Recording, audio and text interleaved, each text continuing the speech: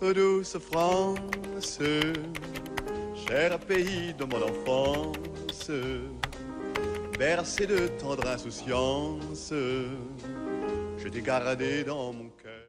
And today I want to make it absolutely clear to Assad and those under his command, the world is watching. The use of chemical weapons is and would be totally unacceptable.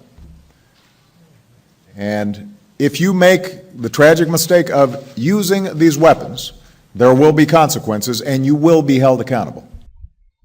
Hello folks, it's 6 a.m. Eastern Time, and this is The Inquiry.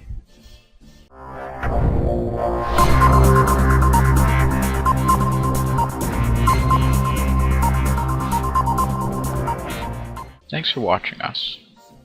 Syria, Syria, and Syria. That's all you people have been hearing about for the past week. Why? Why does Syria matter so much? That is a question so many people are asking in America, France, and in Britain.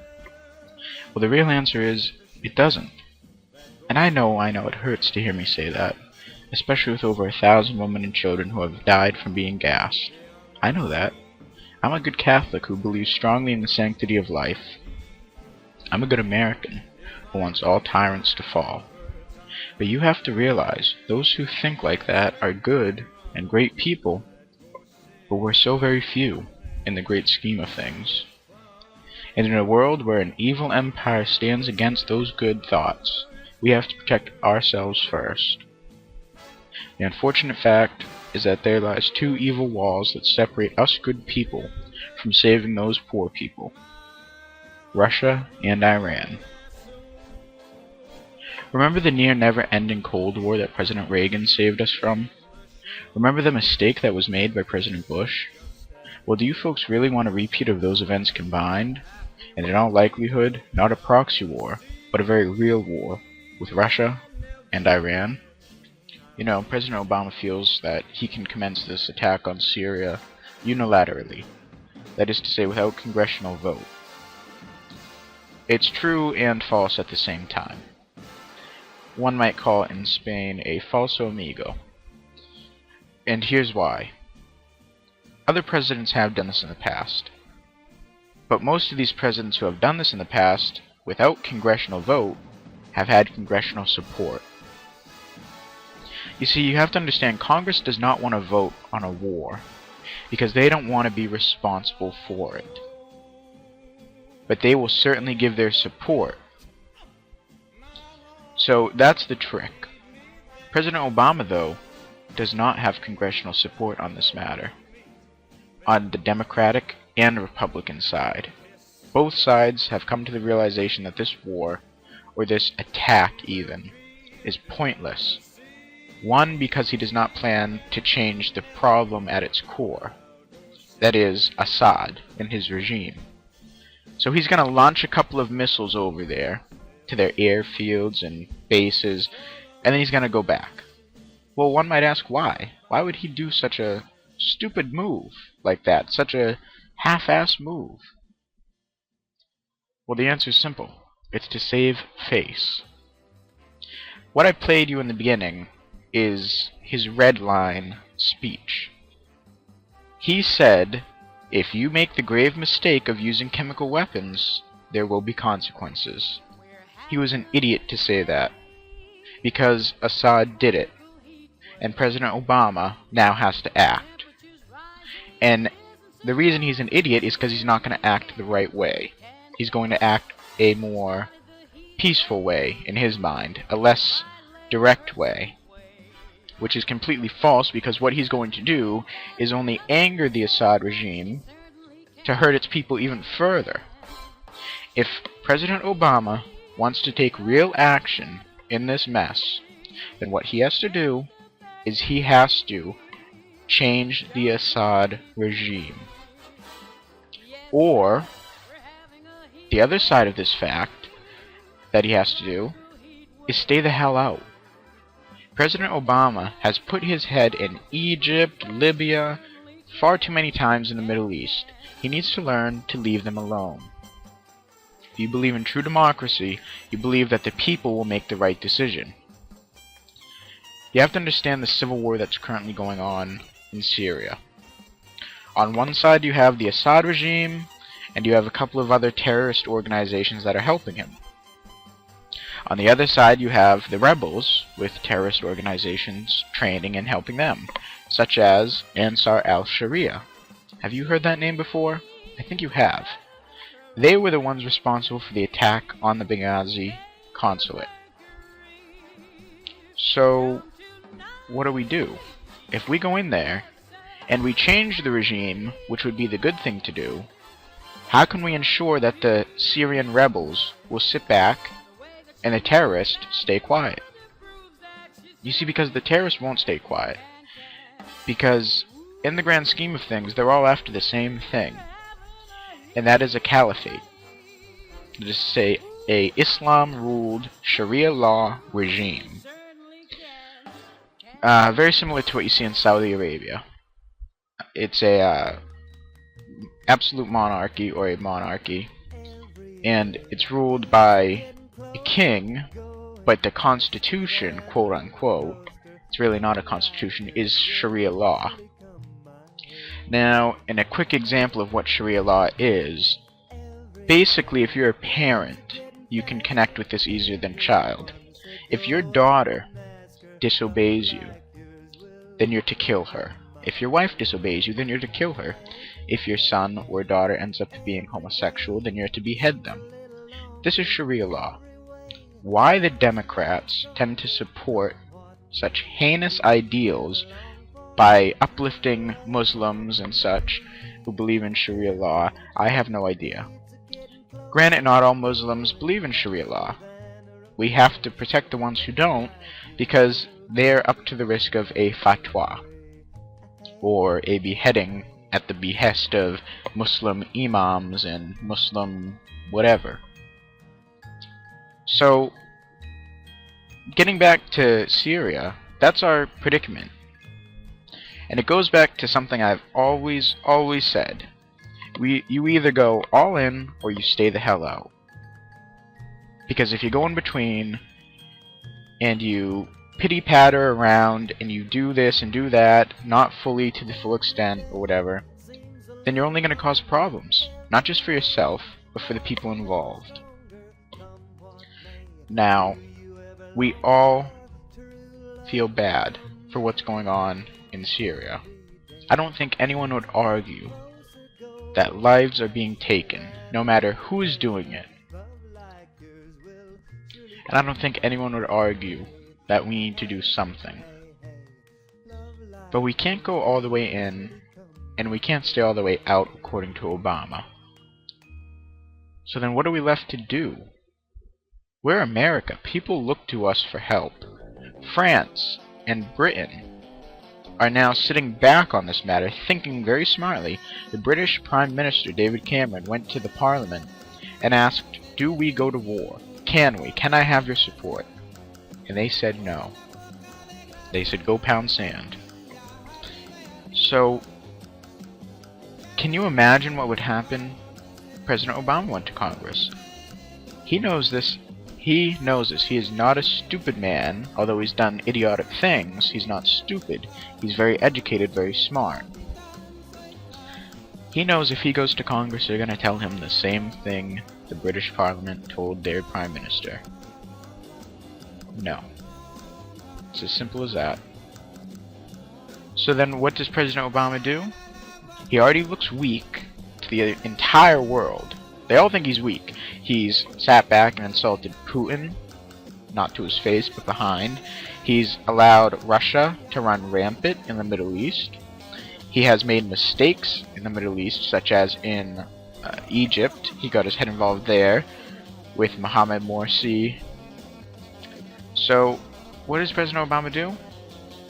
He's up against a wall now. He has to do something, or this is almost like his third strike to the world, that he is a weak person. So he says, I'm going to do it unilaterally, whether anyone involves himself domestically or foreign. I'm going to do it. Now, that's good in the sense that he's finally grown a pair. Bad because he has chosen a stupid time to do it. You know, who was it? Judge Judy, who once said, "You can't fix stupid. Beauty is temporary, stupid is forever." And it's true. Sad, but true. President Obama, as smart as he is, does not realize how the world works, does not realize how foreign affairs works. Let's face it, he's a community organizer. And that's what he was good at. When he served as senator for Illinois, he had the most sit-back votes in the Senate. That is to say, he didn't vote on all the issues, or he abstained himself from the issues the most out of every senator in that Senate. Let's switch topics now. You know, in the recent months, a lot of what has been discussed has been about race in America. As many of you know, or don't know, I am a Republican. I'm conservative, socially and fiscally. Now, my party, the Republican Party, was founded in 1854 as an abolitionist group. That is to say, we were against slavery. We are against slavery today. We are against racial discrimination today. Many of you history buffs will remember the Jim Crow laws, and remember these startling but factual statistics. The 13th Amendment, which abolished slavery, got 100% Republican support, 23% Democratic. The 14th Amendment, which gave citizenship to freed slaves, got 94% Republican support, 0% Democratic support. The 15th Amendment, which gave a right to all for the vote, received 100% Republican support, 0% Democratic. You're not a bad person if you're a Democrat, but you're certainly, and most likely, a hypocrite. Democrats today are hypocrites, most of them, because they like to point the finger and say Republicans are racist. Well, let me clear the fog for the listeners here today. What do you consider more racist? The ideas of individual responsibility, the idea that you can pursue your own happiness in America in a capitalism where everyone gets the equal opportunity to move up the ladder, or the idea that you need the government to help you. You're worthless without the government. You need the government's disability payments, you need the government's taxes, you need the government's whatever. Basically, at its core, you need the government to help you, or you aren't going to make it. What's more racist out of those two ideologies? For me, I'd say the second one. And ironically, the second one is the idea that the Democrats push. Oh yes, and if you don't believe me, what do the Democrats like to do? Look at Obamacare. Everyone will have equal government assistance. Look at all the other democratic ideas that have been pushed out. At its core, true racism isn't calling someone a name, isn't making a mistake or letting a word slip. True racism is preventing someone, because of the color of their skin, the right to pursue their own happiness. That is in our Constitution. We individually, equally, undiscriminately, have the right to pursue our own happiness out of our own liberty as a U.S. citizen. The Democrats are wrong to say that Republicans are racist. The Republicans have never, in their entire time of their school of thought, changed their ideas on racial and ethnic issues. It has always been the same. The Republicans cannot be racist because they follow capitalism, which is competition regardless of race, and they follow the social ideas of freedom. We don't expect a person of color to need disability. We expect them to do their part. And if that's racist, then you can expect to live in a society which some call utopian, where everything's controlled by the government, where everyone makes an equal amount of money, where everyone shares. Folks, those nations have existed before in our history. They're called socialist and communist nations, and they have all failed or are in the process of failing today, because they deprive the people of incentive to work, incentive to do anything. How much sense does it make to tax the working and to pay the not? Where is the incentive? Capitalism provides incentive. And if you don't want to participate in a competitive society that believes in capitalism and individual responsibility, then you are not fit to live in that society. You're a burden to that society. And the truth is, no Republican will tell you that people of color, people of other ethnic minorities, are burdens. We will tell you that they each have their own right to pursue happiness and to pursue their own capitalist ideas in a capitalist society which demands competitive and incentive ideology. So, where are the facts, Mr. Foldarius? Where are the facts to back up your ideas? What's so wrong with the minorities today? Nothing. Nothing at all is wrong with the minorities today. What is wrong is what's being taught to them by the Democrats. So let me provide you with some more statistics. According to the United States Department of Justice, people of color, specifically the black community, accounted for 52.5% of homicides, even though they only make up 30% of the United States population. African American people got 10% of all the associate's degrees, while whites got 73%. African Americans make up 30% of the United States population, yet they account for 60% of those imprisoned. According to the Bureau of Justice, 1 in 3 black men can expect to go to prison in their lifetime. That's wrong. Those statistics are hurtful and factual, and they have to be listened to. They aren't wrong, but why they exist is wrong. If you grow up in a household with one parent on disability, receiving tax benefits from the government constantly, almost enough that you don't have to work, you're going to grow up with the idea that I don't have to work. I can make money from the government. The government will help me.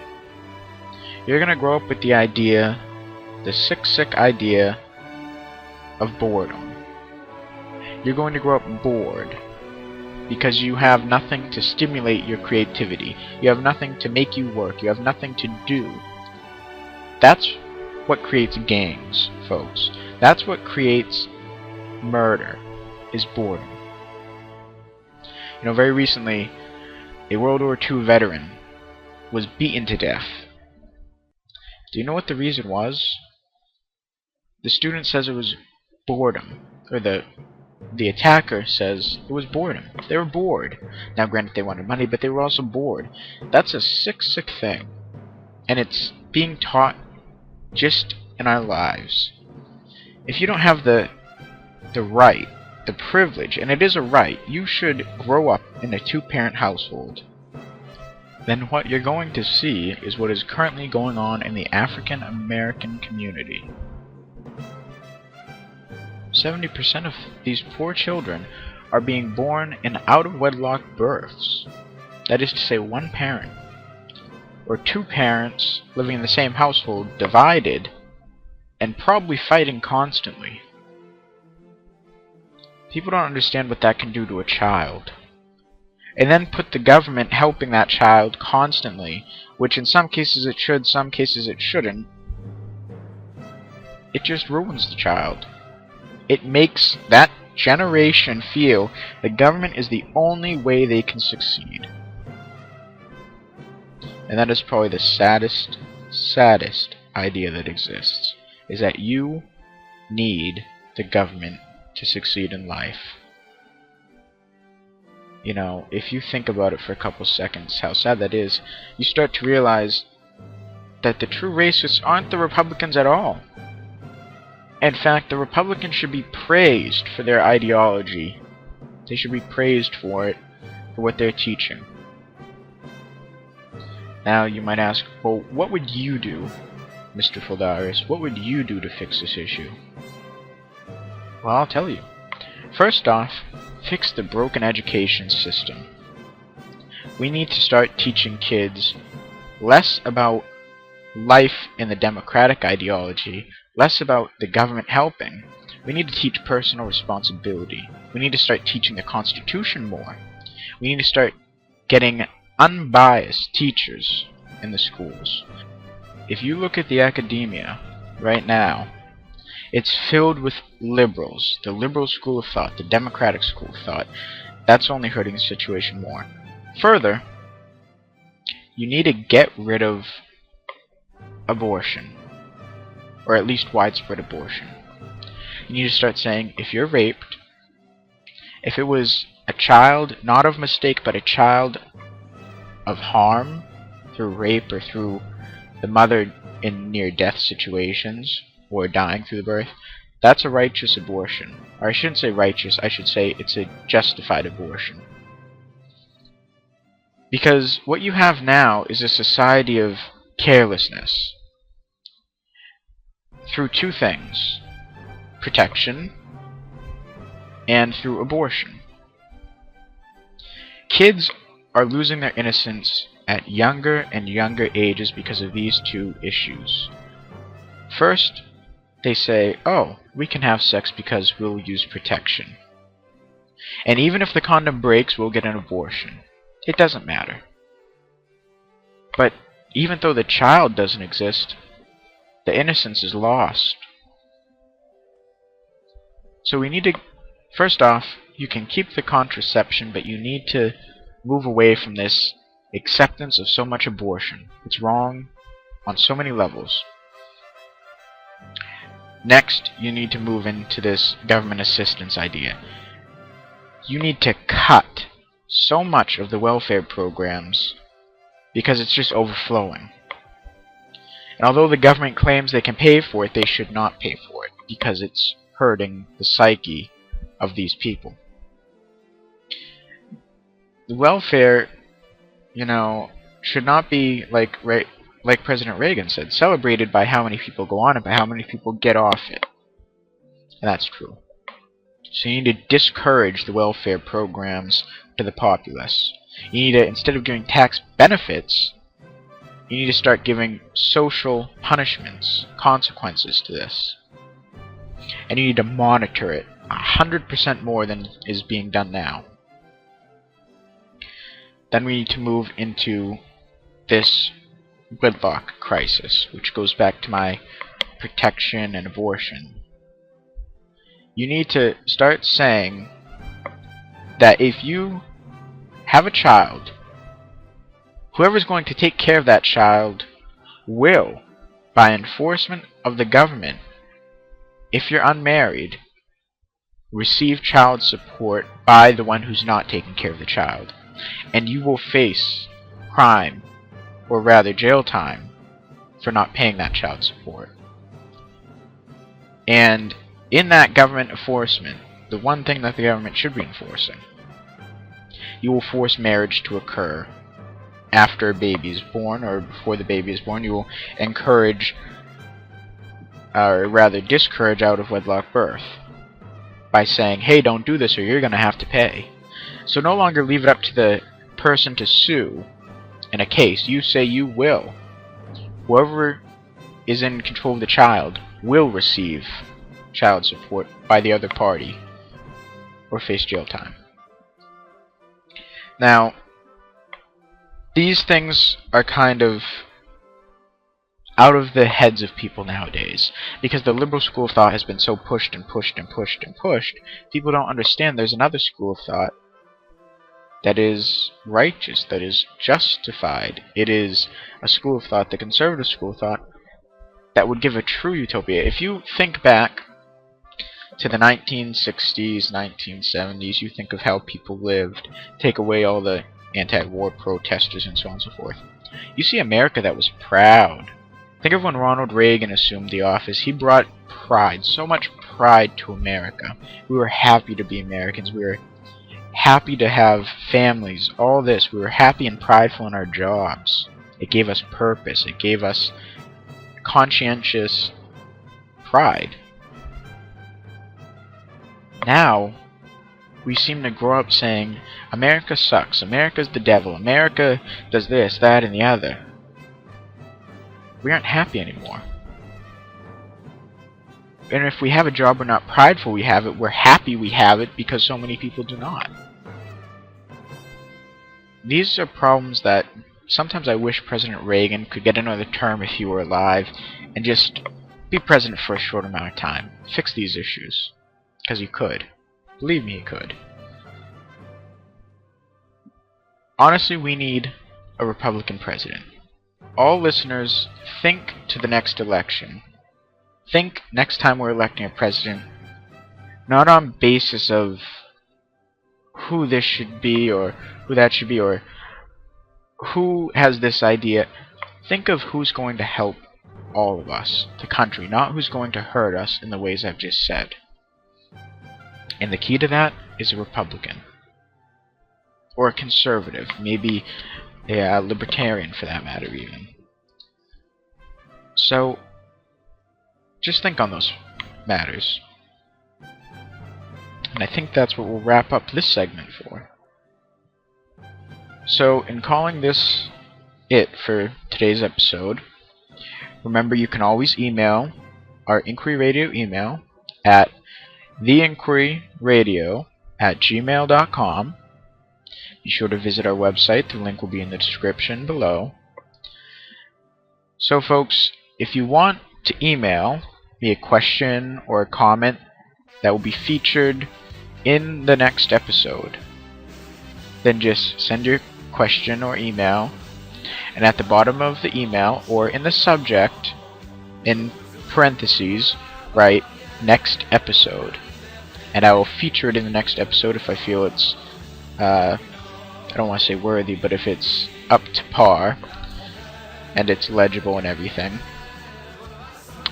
Or if you want to put something in the comments section below, then we can answer that as well. Same thing, just write featured in next episode, or in next episode, write next episode, whatever. I'll get the picture. Also, if you want to call me racist, or if you have a question about something I said, or if you're questioning the legitimacy of something I said, be sure to write that down as well in email or in comment section. I'll be sure to clarify that. Don't forget, this has been the first episode of the Inquiry Radio Talk Show. Be sure to check out The Genova Show, hosted by Michael Genova. And there will be other shows going up on the channel. And do not forget, there is still one spot open to join our channel as a commentator on news, games, or politics. We will provide you the recording software for both audio and screen recording. If you are eligible to join through an interview that will happen over Uvu, make sure you have Uvu.